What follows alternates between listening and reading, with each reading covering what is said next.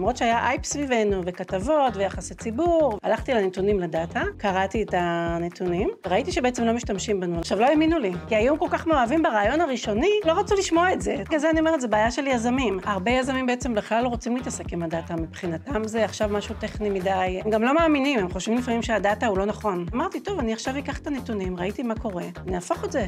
בוא נעשה מוצר שכן ישתמשו. התחלנו לראיין משתמשים. למה הם לא רוצים להוריד את האפליקציה? למה לא חשוב להם המידע? ואז הבנו, אחד, הם מעדיפים להזמין את הפריט ומקסימום יחזירו. השני, שזה הזמן שלהם, להוריד, לשמור, אין להם מקום על הטלפון, עכשיו הם צריכים להירשם גם עם יוזר. ושלישי, גם כשמי שיוריד, הוא לא עושה את הפעולה הנכונה של המדידה. החוויה שלהם הייתה, מה זה המוצר הזה? כאילו זה לא עובד. אם יזם או חברת סטארט-אפ שהיא כבר בעבודה ומפתחת מוצר, ולא מ-day one מסתכלת ודואגת לראות את הנתונים מול העיניים, מה שקורה במילים אחרות, שהם מתעלמים מהקהל, מהצורך של השוק. הרי מה זה נתונים? מה הם באים לעשות? הם גורמים לסטארט-אפ להיות סטארט-אפ.